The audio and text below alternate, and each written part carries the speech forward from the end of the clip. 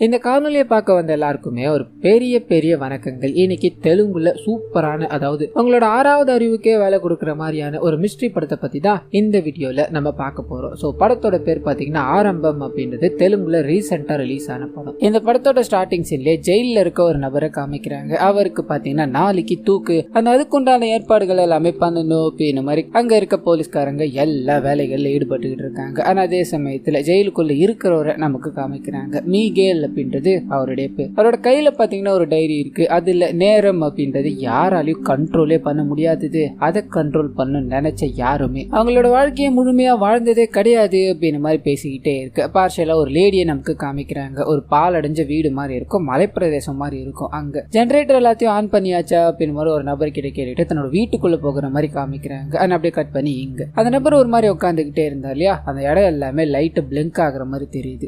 இவரோட கோச், அதாவது அந்த நேரத்தை பத்தி சொன்னாரே, அந்த விஷயங்கள் எல்லாமே நமக்கு வாய்ஸ் ஓவர்ல போக்கிட்டே இருக்க மாதிரி காமிக்க. அப்படியே சீன் கட் ஆகுது. கட் பண்ணி ஒரு போலீஸ்காரர் பாத்தீங்கன்னா வேகமா அந்த லாக்அப் குள்ள ஓடி வராரு. பார்த்ததும் பயங்கர அதிர்ச்சி. என்ன காரணம் அப்படின்னா, இவ்வளவு நேரம் வரைக்கும் மீகேல் அப்படின்ற ஒரு நபரை காமிச்சாங்க இல்லையா, அவர் அங்கிருந்து காணாம போயிட்டாரு அப்படின்ற மாதிரி இருக்கும். சுத்தி முத்தி பாக்குறாங்க. போலீஸ்காரங்களுக்கு ஒண்ணுமே புரியல. ஏன்னா எதுவுமே கலையாம எந்த இதுவுமே உடைக்காம அந்த நபர் காணாம போயிருக்காரு. சோ இப்படி ஒரு கேஸ் பாத்தீங்கன்னா போலீஸ்காரங்க பார்த்ததே கிடையாது. க்ளூ ஒன்னு கூட இல்ல. இதனால என்ன பண்ணதுன்னு தெரியாம ஒரு பெரிய டிடெக்டிவ், அதாவது பிரைவேட் டிடெக்டிவ் பாத்தீங்கன்னா அங்க கூப்பிடுறாங்க. அந்த நபர் பாத்தீங்கன்னா கூட ஒரு அசிஸ்டன்டோட உள்ள நுழையிற மாதிரி காமிக்கிறாங்க. அசிஸ்டன்ட் இருக்கார் இல்லையா, அவருக்கு ரீசெண்டா கல்யாணம் பிக்ஸ் பண்ணிட்டாங்க, கல்யாணம் ஆக போகுது அப்படின்ற மாதிரி இருக்கும். சோ வந்த உடனே இந்த கேஸை முடிச்சுட்டு வீட்டுக்கு போயிடலாம், வேலைகள் எல்லாத்தையும் பார்க்கலாம் அப்படின்னு நோக்கத்துல தான் உள்ள என்டர் ஆகுறாங்க வந்தது போலீஸ்காரங்க. இப்படி ஒரு வினோதமான கேஸை நாங்க சந்திச்சதே இல்ல.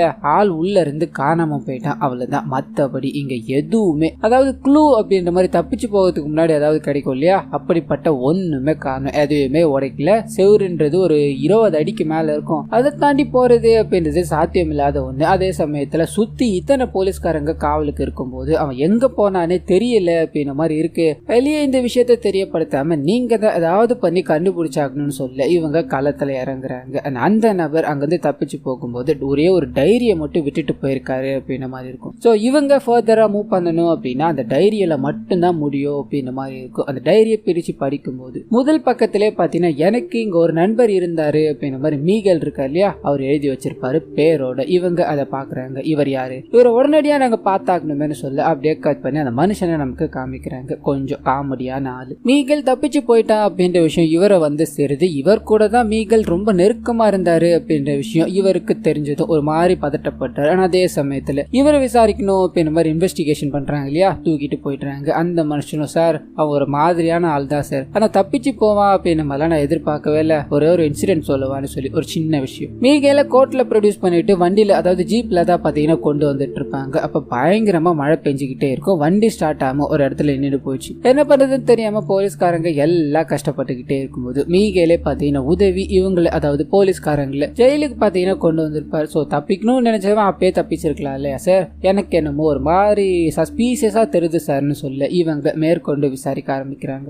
அப்படி விசாரிச்சுக்கிட்டே இருக்கும் போது மீகேல் ஜெயிலுக்கு வந்ததும் அவரோட லைஃப் எப்படி இருந்தது அப்படின்ற மாதிரி தெரியப்படுத்துறாங்க. ரொம்ப சாஃப்டான மனுஷன், யார்கிட்டயுமே பேச மாட்டாரு, உண்டு டைரி உண்டு அப்படின்ற மாதிரி எந்த வம்பு தும்புக்கும் பாத்தீங்கன்னா போகவே மாட்டாரு. ஒரு நாள் தன்னோட எக்ஸ்ட்ரீம் லெவல்ல ஒரு நபர் கடந்துட்டாரு. அவரோட டைரி இருக்கும், அதை பிடிச்சி ஒரு இடத்துல தூக்கி வீசிட்டுறாரு. கோவத்தோட உச்ச கட்டத்துக்கே போன மீகேல் அவரை போட்டு பயங்கரமா அடிச்சு அங்க ஒரு பெரிய கலாட்டாவே பாத்தீங்கன்னா பண்ணி விட்டுட்டு இருப்பாரு. போலீஸ்காரங்க எல்லாம் தடுத்து விட்டுருப்பாங்க. இந்த சம்பவத்துல டைரி பாத்தீங்கன்னா இவரோட ஃப்ரெண்டு அப்படின்ற மாதிரி இப்ப பேசிக்கிட்டு இருக்கா இல்லையா, அவருக்கு கிடைச்சிருக்கும். இதனால அவர்கிட்ட போய் எடுத்து கொடுத்து, நீ ரொம்ப கோவக்காரனா இருக்கியப்பா, ஆமா உன் ஊர் என்ன அப்படின்ற மாதிரி அந்த நபர் பேச ஆரம்பிக்க மீகேல் இது நேரம் வரைக்கும் ஒரு மாதிரி யாருக்கிட்டயுமே பேசாம தான் இருந்தா இல்லையா, இவர்கிட்ட இப்ப பேச ஆரம்பிக்கிறாரு. கொஞ்சம் கொஞ்சமா நட்பாயிட்டாங்க அப்படின்ற மாதிரி இருக்கும். சோ இதுதான் நடந்தது அப்படின்ற மாதிரி அந்த நபர் சொல்லி முடிக்க டைரியை படிக்க ஆரம்பிக்கிறாங்க. மீகேலோட பிளாஷ்பேக் ஒன்னு போக ஆரம்பிக்குது. அதாவது இவரோட குழந்தை பருவம் பாத்தீங்கன்னா ஓப்பன் பார்க்க ஆரம்பிக்குது. இவரோட வீட்டு பக்கத்துல ராவ் அப்படின்ற ஒரு சயின்டிஸ்ட் இருப்பாரு. அவர்கிட்ட இவர் ஆண்டனா தேவைப்படுது அப்படின்ற மாதிரி போய் பேச ஆரம்பிக்கிறாரு. முதல் பழக்கம் இப்படிதான் ஆரம்பிக்குது. நாளடைவில் இவங்க 2 பேரும் பாத்தீங்கன்னா நெருக்கமாகறாங்க.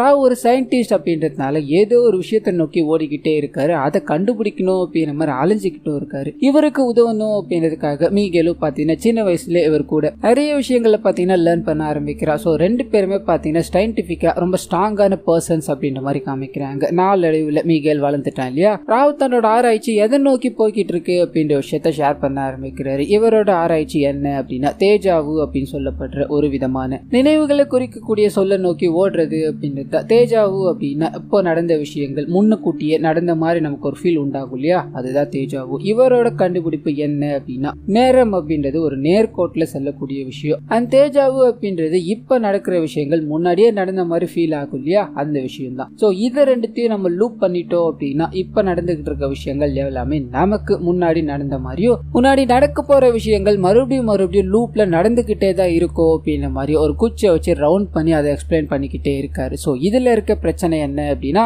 அந்த லூப், அதாவது அந்த தேஜாவை கண்டுபிடிக்கணும் அப்படின்னு அது உள்ள போயிட்டாங்க அப்படின்னா அந்த லூப்ல மாட்டிக்க வாய்ப்பு இருக்கு. ஸோ அதை கேர்ஃபுல்லா ஹேண்டில் பண்ணணும் அப்படின்றதான் இவங்களோட இத்தனை வருஷம் ஆராய்ச்சி அப்படின்ற மாதிரி காமிக்கிறாங்க. அப்படியே கட் பண்ணா மீகல் வீட்டுக்கு போறாரு. தன்னோட அம்மா உடம்புக்கு முடியாம இருப்பாங்க, வீட்டுல கரண்ட் இருக்காது. என்ன கரண்ட் போயிடுச்சா, நான் இப்ப சொன்ன வரும் பாருங்களேம்மா அப்படின்ற மாதிரி ஃபன்னா பேசிக்கிட்டே இருக்க கரண்ட் பட்டுன்னு வருது. அண்ட் உடம்புக்கு முடியாம இருக்க இவங்களோட அம்மாவை போய் பாக்குறாரு. தேவையான உதவிகள் எல்லாத்தையும் பண்ணிட்டு இவர் முழு நேரமா பாத்தீங்கன்னா அந்த ராவோட வீட்டுல தான் இருப்பாரு. அம்மா கிட்ட சொல்லிட்டு அங்க கிளம்ப. ஆனா அந்த சமயம்னு பார்த்து அவரோட வீட்டுக்கு, அதாவது ராவோட வீட்டுக்கு பாத்தீங்கன்னா ஒரு லேடி வராங்க. ராவுக்கு ஒண்ணு புரியல. கூப்பிட்டு உட்கார வச்சு என்னம்மா எதுக்காக இங்க வந்திருக்கேன்னு கேட்க, நான் உங்க பழைய ஸ்கூல்மேட்டோட ஸ்டூடெண்ட், அவர் உங்ககிட்ட இருந்து லேர்ன் பண்ணிக்கிறணும், ஏதாவது ப்ராஜெக்ட கத்துக்கிட்டு வரணும் அப்படின்ற மாதிரி சொல்லியிருக்காருன்னு சொல்ல மனுஷன் யோசிக்கிறாரு. நாம பண்ணிக்கிட்டு இருக்க விஷயங்கள் இவங்களுக்கு புரிய வாய்ப்பே கிடையாது, இதனால இவங்களே இங்கிருந்து அனுப்பணும் அப்படின்றதுக்காக, இல்லம்மா நான் எதுவும் ப்ராஜெக்ட் பண்ணல, நீ இவ்வளவு தூரம் வந்ததே பெரிய விஷயமா, நான் வேற யாருக்காவது ரெஃபர் பண்றமான்னு பேசிக்கிட்டே இருக்கும்போது அவரோட வீட்டுல யாரும் பெரிய கல்லை தூக்கி அடிக்கிறாங்க, கண்ணாடி உடையுது. மீகலும் இவரு வெளியே போய் பாக்குறாங்க, யாருமே இல்ல.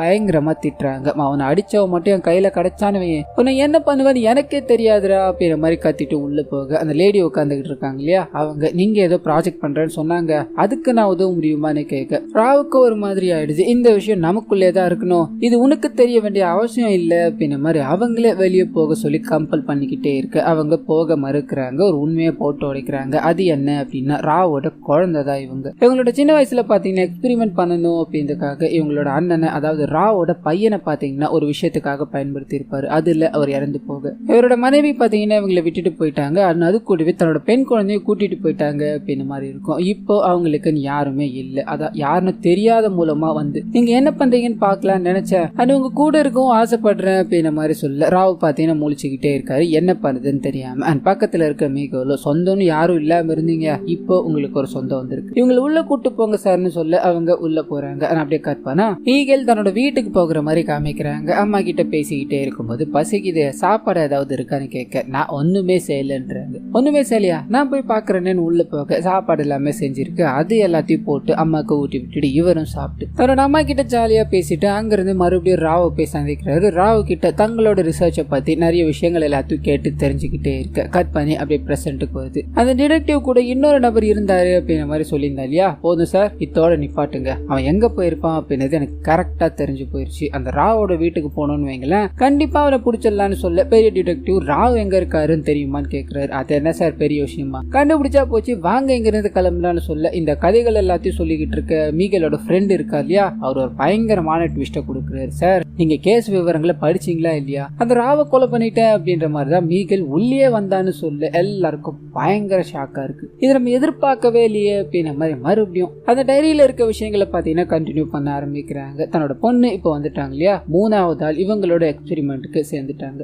முதல்ல அவங்களுக்கு இது விளக்கணும் அப்படின்றதுக்காக முன்னாடி ஒரு போர்டை வச்சு அதுல பாத்தீங்கன்னா நாம இப்ப பண்ணிக்கிட்டு இருக்கிறது தேஜாவு அப்படின்ற ஒரு விஷயத்த தான் உனக்கு உதாரணத்துக்கு சொல்லணும் அப்படின்னா இந்த ஆறு தெரியும்ல, ஒரே பாதையில தான் ஓடிக்கிட்டே இருக்கும், நேரில் தான் போயிட்டே இருக்குமே தவிர ரிவர்ஸ்ல வரவே வராது. நம்மளோட எக்ஸ்பெரிமெண்ட் படி அந்த ஆத்தை சுத்தி ஒரு கால்வாய் வெட்டி விட்டோம் அப்படின்னா அதுல இருக்க தண்ணி எல்லாமே லூப் ஆகி அதுலயே சுத்திக்கிட்டே இருக்கும் இல்லையா. It's same like deja vu concept. முன்னாடியே நடந்த விஷயங்கள் மாதிரி உனக்கு தோணும், இந்த விஷயங்கள் தான் நடந்துகிட்டே இருக்கும், இதை நம்ம வெளியே கொண்டு வர்றது என்னோட எக்ஸ்பெரிமெண்ட் அப்படின்ற மாதிரி பேசிக்கிட்டே இருக்கும்போது இவங்களோட ஜன்னல், அதாவது வீட்டை சுத்தி பாத்தீங்கன்னா ஒரு 3 இடத்துல ஜன்னல் இருக்கும். அந்த 3 ஜன்னல்களுமே பாத்தீங்கன்னா ஆட்டோமேட்டிக்கா திறந்துகிட்டே இருக்கு, மூடி விட்டுறாங்க. ஆனா அப்படியே கட் பண்ணா மீகல் இருக்கா இல்லையா, அந்த பொண்ணை கூப்பிட்டுக்கிட்டு தன்னோட அம்மா கிட்ட காமிக்கணும் அப்படின்ற மாதிரி போறாரு. அந்த அம்மா கிட்ட இன்ட்ரடியூஸ் பண்ணி வச்சுட்டு ஜாலியா பேசிக்கிட்டே இருக்கும்போது ராவோட ஞாபகம் வருது, நான் சாரை தனியா விட்டுட்டேன், சரி வாங்க போகலாம் அப்படின்ற மாதிரி ராவோட பொண்ணை கூப்பிட்டுக்கிட்டு உள்ள போகும்போது ராவ் பாத்தீங்கன்னா கதவை திறக்கிறதா இல்ல, வேகமா தட்டிக்கிட்டே இருக்க. பேய் அரைஞ்ச மாதிரி வந்து கதவை திறக்கிறாரு. என்ன சார் ஆச்சு, குடிச்சிருக்கீங்களா அப்படின்ற மாதிரி உள்ள போய் பார்க்க பாட்டில் எல்லாமே உடஞ்சிருக்கு. என்ன சார் இதே வேலையா போச்சு, சரி வாங்க அப்படின்ற மாதிரி அவரை கூட்டு போய் உட்கார வச்சு அந்த இடத்த ஃபுல்லா கிளீன் பண்ணி விட்டுட்டுறாங்க. ஆனா அப்படியே கட் பண்ணா இது கருத்து நாள் ராவோட பொண்ணு வந்திருக்காங்க இல்லையா, அவங்க மேல நம்ம ஹீரோக்கு ஒரு ஈர்ப்பு. இதை தெரியப்படுத்தணும் அப்படின்றதுக்காக புது ஷர்ட் எல்லாத்தையும் போட்டுக்கிட்டு அவங்கள சந்திக்க போக இவங்களோட அம்மா, டேய் பாத்துரா இன்னைக்கே கல்யாணம் பண்ணிட்டு வந்து நிக்க போறடா அப்படின்ற மாதிரி சிரிச்சுக்கிட்டே அனுப்ப அவரு வேகமா ராவோட பொண்ணை போய் பாக்குறாரு. அவங்களுக்கு ஊரை சுத்தி காமிக்கணும் அப்படின்றதுக்காக ஊர்ல அழகான இடங்கள்லாம் இருக்கும் இல்லையா, அங்க எல்லாமே காமிச்சு தன்னோட காதல கொஞ்சம் கொஞ்சமா வெளிப்படுத்திக்கிட்டு இருக்காரு அப்படின்ற மாதிரி நமக்கு தெரியப்படுத்துறாங்க. ஆனா அதே சமயத்துல அந்த எக்ஸ்பெரிமெண்ட்டும் பாத்தீங்கன்னா கொஞ்சம் கொஞ்சமா வளர்ந்துகிட்டே இருக்கு. ஃபைனலா அதை அப்ளை பண்ணி பார்க்கணும் அப்படின்ற மாதிரி களத்துல இறங்க ஆரம்பிக்கிறாங்க. இதுக்கு மீகேலை தான் பாத்தீங்கன்னா பயன்படுத்துவாங்க. சோ அவங்களோட எக்ஸ்பெரிமெண்ட் படி அந்த தேஜாவும் லூப்பை கண்டுபிடிக்கணும் அப்படின்ற மாதிரி மீகேல் பாத்தீங்கன்னா ஒரு மிஷினுக்குள்ள நிறைய தண்ணி மாதிரி இருக்கும், அதுக்குள்ள படுத்துக்கிறாரு. வெளியே ராவோட பொண்ணு பாத்தீங்கன்னா நிறைய மிஷின்கள் எல்லாத்தையும் பயன்படுத்தி அதை, அதாவது ஜெனரேட்டர் மாதிரி இருக்கும், அதை ஆன் பண்ணி விட்டுறாங்க. சுத்தி இருக்க இடங்கள் எல்லாமே பறந்து உள்ள இருக்க பொருட்கள் எல்லாமே தூக்கி அடிச்சுக்கிட்டே இருக்கு. இவங்க முயற்சியை கைவிடுற மாதிரியே தெரியல, கண்டினியூவா அதை ஜெனரேட் பண்ணிக்கிட்டே இருக்கும்போது மீகேல் அப்படியே இழுத்து செல்லப்பட்டு ஒரு வெற்றிடத்துல பாத்தீங்கன்னா மாட்டிக்கிற மாதிரி காமிக்கிறாங்க. சுத்தி எதுவுமே இல்ல, கருப்பு நிறம் மட்டும்தான் இருக்கு. அண்ட் இவர் நடந்து போகும்போது டபுள் ஆகும், இவர் பேசும்போது டபுள் ஆகும், ஒரு மாதிரி எக்கோ அடிச்சுக்கிட்டே இருக்கு. இவர் என்னமோ பண்ணி பாக்குறாரு, வழியே தெரியல அப்படின்ற மாதிரி ஓங்கி ஒரு கத்தும் போது அப்படியே கட் பண்ணி பிரசன்ட்ல கண் முழிக்கிறாரு. இதை பார்த்துக்கிட்டே இருந்த ராவும் அவரோட பொண்ணும் ஓடி வந்து என்னாச்சு, எல்லாம் ஓகே தானே, எங்க போயிட்டு வந்த அப்படின்ற மாதிரி எக்ஸ்பெரிமெண்ட் சக்சஸ் ஆன்னு கேட்டுக்கிட்டே இருக்கும்போது இவர் ஒரு கருப்பு நிற இடத்துல தான் இருந்தாரு அப்படின்ற மாதிரி இருக்கு இல்லையா, சுத்தி பிளாக் அவுட் ஆயிடுச்சு, அங்க நான் மட்டும் தான் இருந்தேன் அப்படின்ற மாதிரி எக்ஸ்பிளைன் பண்ணேன். சோ இன்னும் தேவைப்படுது, ஏதோ ஒரு ஃபெயிலியர் நடக்குது, அதை கண்டுபிடிச்சாக்கணும், உனக்கு ஒன்னும் இல்ல அப்படின்ற மாதிரி இவரை ஃபுல்லா செக் பண்ணிட்டு அந்த லூப்பை பாத்தீங்கன்னா கண்டுபிடிக்க ஆரம்பிக்கிறாங்க. அதே சமயத்துல ஊர்ல பாத்தீங்கன்னா வட்டிக்கு விட்டுற தொழில் பண்ற ஒரு ரவுடி மாதிரி ஒருத்தர் இருப்பான். அவன் வீட்டு முன்னாடி வந்து, யோ ராவ பணத்தை கொடுக்காம என்னையா பண்ணிட்டு இருக்க, சீக்கிரம் கொடுக்கல அப்படின்னா உன் வீட்டை நான் எடுத்துப்பேன் அப்படின்ற மாதிரி கத்திக்கிட்டே இருக்கு. ராவும் மீகேலும் வெளியே வராங்க. மீகேல் ஒரு பக்கம் ஒழுங்கு மருதையா போயிடுடா அப்படின்ற மாதிரி திட்டிக்கிட்டே இருக்கு. ராவும் கண்டிப்பா நான் பணத்தை கொடுத்துட்றேன், தேவையில்லாம பேசாத, இங்க இருந்து முதல்ல கிளம்பியா அப்படின்ற மாதிரி அனுப்பி வைக்கிறாரு. கட்பானா ராவோட பொண்ணு கூப்பிட்டுக்கிட்டு மீகேல் பாத்தீங்கன்னா ஒருத்தரோட ஃபேவரட்டான காஃபி ஷாப்க்கு போகணும் அப்படின்ற மாதிரி கூப்பிட்டு போறாரு. எப்ப வந்தாலும் நான் இங்கதான் டீ குடிப்பேன், இங்க நீங்க ட்ரை பண்ணி பார்க்கணும் அப்படின்ற மாதிரி டீ வாங்கி கொடுத்துட்டு காசை கொடுக்கலான்னு போக அந்த மனுஷன், தம்பி ஒரு 6 ரூபாய் என்கிட்ட நீ கடை வாங்கினேன், அதையும் சேர்த்து கொடுத்துருப்பான்னு சொல்ல இவருக்கு ஒண்ணுமே புரியல. நான் எப்ப நான் கடை வச்சேன் அப்படின்ற மாதிரி திங்க் பண்ணிக்கிட்டே இருக்கும்போது ராவோட பொண்ணு, டைம் ஆகுது வாங்க போகலாம் அப்படின்ற மாதிரி காசை கொடுத்துட்டு போய்கிட்டே இருக்காங்க. அதான் இவருக்குள்ள ஒரு மாதிரி சந்தேகம் போய்கிட்டே இருக்கு, நான் எப்ப கடை வச்சேன் அப்படின்ற மாதிரி யோசிச்சுக்கிட்டு இருக்காங்க. கட் பண்ணா மீகேல் தன்னோட வீட்டுக்கு போறாரு. ராவோட பொண்ணு பாத்தீங்கன்னா மீகேலோட அம்மாக்காக ஒரு கிஃப்ட் வாங்கியிருப்பாங்க, அதை கொடுக்கணும்னு போக பயங்கரமான ஒரு ஷாக்கு. அவரோட அம்மா பாத்தீங்கன்னா இறந்து போய் கிடக்குறாங்க. என்ன பண்றது தெரியாம அவங்களுக்கு இறுதி சடங்கு எல்லாமே பண்ணிக்கிட்டே இருக்கும்போது கடங்காரன் ஒருத்தர் இருக்கான் இல்லையா, ரவுடி பையன், அவன் அங்க வரான். தம்பி நீயும் தான் எனக்கு கடன் கொடுக்கணும், இவ்வளவு நாள் வரைக்கும் அம்மா இருந்தாங்க, வயசானவங்களை டிஸ்டர்ப் பண்ண வேணான்னு விட்டுட்டேன், இதுக்கு மேல முடியாதுப்பா, நீ வீட்டை காலி பண்ணி தான் ஆகணும் அப்படின்னு மாதிரி பேசிக்கிட்டே இருக்க. ராவோ இந்த நேரத்துல இதை பேசலாமா, எதுவும் இருந்தாலும் அப்புறம் பேசிக்கோங்கன்னு சொல்ல, மனுஷன் இது உள்ளூர் விவகாரம், நீ வெளியூர்ல இருந்து வந்தவன் தலையிடாது, எனக்கு ஒழுங்கு முறை தான் அந்த வீட்டை காலி பண்ணி கொடுடா, இல்ல மரியாதை கெட்டு போயிடும் அப்படின்னு மாதிரி திட்டிக்கிட்டே இருக்க. நம்ம ஹீரோ பாத்தீங்கன்னா உச்சக்கட்ட கோவத்துக்கு போய் அங்க இருக்கிற அந்த ரவுடி பையில போட்டு பயங்கரமா அடிக்க ஆரம்பிக்கிறாரு. எல்லாரும் தடுத்து விட்டுட்டு, இப்ப என்ன மீகேல் அங்கிருந்து காலி பண்ணணும் அவ்வளவுதானே, அவன் அதை பண்ணுவாயா அப்படின்ற மாதிரி அனுப்பி வைக்கிறாங்க. அதை அப்படியே கட் பண்ண மீகேல் தன்னோட வீட்டுக்கு போறாரு. திங்ஸ் எல்லாமே எடுத்து வச்சுக்கிட்டே இருக்கும்போது தன்னோட அம்மாவோட நினைவுகள் பாத்தீங்கன்னா அவனை ரொம்ப கஷ்டப்படுத்திக்கிட்டே இருக்கு. ஆனா அது கூடவே ராவும் பாத்தீங்கன்னா தன்னோட குழந்தை இழந்தாரு இல்லையா, இதுல அதை பத்தி உன்னோட வலி என்ன அப்படின்னு எனக்கு தெரியும், ஏன்னா நானும் ஒருத்தனை இழந்திருக்கேன்டா, இந்த நேரத்துல எக்ஸ்பீரியன்ஸ் பண்ணது சரி வராது, இதை கொஞ்சம் தள்ளி வைக்கணும்னு சொல்ல. ஆனா நம்ம ஹீரோ பாத்தீங்கன்னா அதை வேணான்றாரு, ஏன்னா இதுல இருந்து அதாவது அம்மாவோட இறப்புல இருந்து அவர் வெளியே வரணும் இல்லையா, அதுக்கு இதை பண்ணிதான் ஆகணும் அப்படின்ற மாதிரி எக்ஸ்பெரிமெண்ட்டுக்கு ஓகே சொல்ல ஊர்ல இருந்து ஒரு நபர் வேகமா ஓடி வந்து, ராவையா உள்ள இருக்கீங்களா அப்படின்ற மாதிரி கத்திக்கிட்டே இருக்கு. ராவ் வெளியே போறாரு. கடன் கொடுத்தான் இல்லையா, அவனோட குடனை பாத்தீங்கன்னா மீகேல் எரிச்சிட்டான் அப்படின்ற மாதிரி ஊர்ல பயங்கர பிரச்சனை போய்கிட்டே இருக்கு, அவனும் உங்களை நோக்கி தாயா வந்துகிட்டு இருக்காருன்னு சொல்ல இவருக்கு ஒன்னும் புரியல. மீகேல் உள்ளதானே இருக்கான்னு சொல்ல அந்த நபர் பாத்தீங்கன்னா பயந்து அங்க வந்து ஓட ஆரம்பிக்கிறாரு. ஒன்னும் புரியல. ஆனா அப்படியே கட் பண்ண உள்ள அந்த எக்ஸ்பெரிமெண்டா மறுபடியும் ஸ்டார்ட் பண்ண ஆரம்பிக்கிறாங்க. கொஞ்சம் கொஞ்சமா அந்த மிஷின் எல்லாத்தையும் ஆன் பண்ணி ஜென்ரேட் பண்ணிக்கிட்டே இருக்கும்போது வெளியில அந்த கடங்காரன் இருக்கான் இல்லையா, அவன் டேய் மீகேல் அனுப்பி விட்டு என் குடனை ஃபுல்லா கொளுத்திட்டல, உனக்கு என்ன பண்ற பாருடா அப்படின்னு மாதிரி அதை ராவை கூப்பிட்டு பயங்கரமா கத்திக்கிட்டே இருக்க. இது வரைக்கும் தான் அந்த டைரியில எழுதப்பட்டிருக்கும். இதுக்கப்புறம் என்ன நடந்ததுன்னு தெரியலையே அப்படின்னு மாதிரி டிடெக்டிவ் பேசிக்கிட்டே இருக்கும்போது அங்க பக்கத்துல இருக்காரு, சார் அன்னைக்குதான் சார் ராவை கொலை பண்ணிட்டு பண்ணிட்டா அப்படிங்கிற மாதிரி மீகலை புடிச்சிட்டு வந்தாங்க. அதுக்கப்புறம் என்ன நடந்தது அப்படிங்கிற மாதிரி அவன் எழுதியிருப்பான். ஒரு 2 பக்கம் தள்ளி பாருங்க சார்னு சொல்ல இவங்க திருப்பி பாக்குறாங்க. ஓ இங்க இருக்கா, படிக்க ஆரம்பிப்போன்னு சொல்ல இது பாத்தீங்கன்னா மீகல் பாயிண்ட் ஆஃப் வியூல இருந்து கண்டினியூ ஆக ஆரம்பிக்குது. அன்னைக்கு நைட் என்ன நடந்தது அப்படின்றது காமிக்கல. அவனோட எக்ஸ்பெரிமெண்ட்காக உள்ள அனுப்பியிருப்பாங்க இல்லையா, இது நேரம் வரைக்கும் எக்ஸ்பெரிமெண்ட் ஏதோ ஒரு விஷயத்துல ஃபெயிலியர் ஆகிட்டே இருக்கும். இவங்க நேரம்னு பார்த்து இப்போ சக்சஸ் ஆகுது. மீகல் பாத்தீங்கன்னா டேஜாவு லூப்ல மாட்டிக்க ஆரம்பிக்கிறாரு. இது நேரம் வரைக்கும் சின்ன சின்னதா ஒரு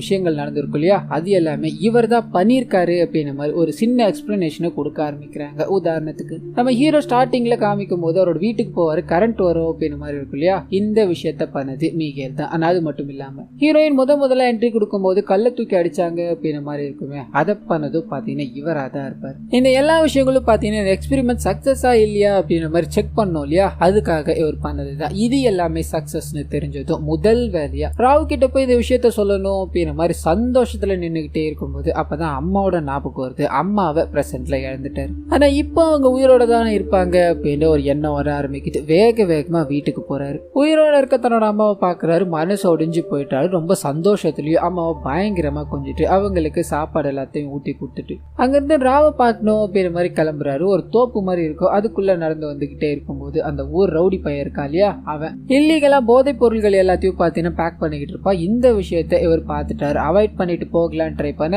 ஆனா அந்த மனுஷன் இங்க யாரோ இருக்காங்களே அப்படின்ற மாதிரி தேட போய் மீகலோட முகத்தை பார்த்துட்டாரு. இந்த விஷயம் வெளியே சொன்னேன் உனக்கு விட மாட்டேன்டா அப்படின்ற மாதிரி அந்த ரவுடி மிரட்ட, டேய் நீ என்னடா விடுறது, இந்த விஷயத்த வெளியே சொல்லாம விட மாட்டேன்டா அப்படின்ற மாதிரி மீகல் அங்கிருந்து கோவமா கிளம்புறாரு. அப்படியே கட் பண்ணா ரோட்ல நடந்து போய்கிட்டே இருக்க மாதிரி காமிக்கிறாங்க. ராவை பார்க்கணும் அப்படின்றதுக்காக தான் இவர் இந்த விஷயங்களை பண்ணிக்கிட்டு இருக்காரு. ஆனா இந்த சமயம்னு பார்த்து மீகலோட நண்பர் ஒருத்தர் சதிச்சிட்டாரு. டேய் மீகல் எங்கடா போய்கிட்டு இருக்கன்னு கேட்க, இல்லடா வெளியூர் வரைக்கும் போயிட்டு இருக்க, இப்போ நான் அப்புறம் பேசிக்கிறேன்னு சொல்ல, டேய் நானும் அங்கதான் போறேன் ஆடா உட்கார்றேன்னு சொல்லி வண்டிக்குள்ள ஏத்திட்டு போயிட்டு இவர் என்ன பண்றதுன்னு தெரியாம எங்க இறங்குறதுன்னு தெரியாம ஹோட்டலுக்கு போறாரு. கையில சுத்தமா காசு இல்ல, என்ன பண்றதுன்னு தெரியாம அங்க ஒரு சாப்பாடை சாப்பிட்டு அது ஹோட்டல் ஓனர் கிட்ட போய், ஆனா நான் சாப்பாட்டுக்கு அப்புறம் காசு தரேன், கை மத்த ஒரு 5 ரூபாய் கிடைக்குமா, அதை சேர்த்து கொடுத்துட்டேன்னா நானே கொடுக்க மறந்துட்டாலும் நீங்க கேட்டு வாங்கிக்கோங்கன்னு சொல்ல 6 ரூபாய் இப்ப கடை வச்சாரு இல்லையா, அதுதான் இதுக்கு முன்னாடி காமிச்சிருப்பாங்களே அப்ப வச்ச கடனா இருந்திருக்கும். இந்த விஷயங்கள் எல்லாத்தையும் பண்ணிட்டு தன்னோட குருவை பார்க்கணும் அப்படின்ற மாதிரி வீட்டுக்கு போயிருப்பாரு. அங்கதான் பாத்தீங்கன்னா அவர் தன்னோட பொண்ணுக்கும் மீகேலுக்கும் இன்னொரு வாட்டி எக்ஸ்பிளனேஷன் கொடுத்திருப்பா இல்லையா, அந்த சீன் கனெக்ட் ஆகுது. அங்க நிறைய வாட்டி ஜன்னல்கள் திறந்துகிட்டே இருந்திருக்குமே, அதுக்கு காரணம் இவர். அண்ட் மீகேலும் ராவோட பொண்ணும் மீகலோட வீட்டுக்கு போயிட்டாங்க அப்படின்ற மாதிரி இருந்திருக்கும் இல்லையா, அந்த சமயம்னு பார்த்து இவர் வேகமா அதாவது ஃபியூச்சர்ல இருந்து வந்த மீகல் வேகமா கதவு தட்டி ராவை போய் சந்திக்கிறாரு. ராவ் பாத்தீங்கன்னா எக்ஸ்பெரிமெண்ட் சக்சஸ் அப்படின்னா ஒரு மோதிரத்தை ரெஃபர் பண்ணிக்கோ அப்படின்ற மாதிரி கையில கொடுத்திருப்பாரு. அந்த மோதிரத்தை காமிக்க இந்த மனுஷனுக்கு ஒரு மாதிரி ஷாக்கா இருக்கு. ஃபுல்லா செக் பண்ணி பார்த்துக்கிட்டே இருக்கு. ஆச்சரியப்பட்டாரு. தான் இறந்து போன பையனோட போட்டோவை செவுத்துல மாட்டுறாரு. பயங்கரமா குடிச்சுக்கிட்டே இருக்க கண்ணாடி பாட்டில் உடைஞ்சு போயிடுது. இந்த விஷயத்துக்காக அதாவது இந்த ஒரு விஷயத்துக்காக 20 வருஷத்துக்கு மேல நான் காத்துக்கிட்டே இருந்தேன்.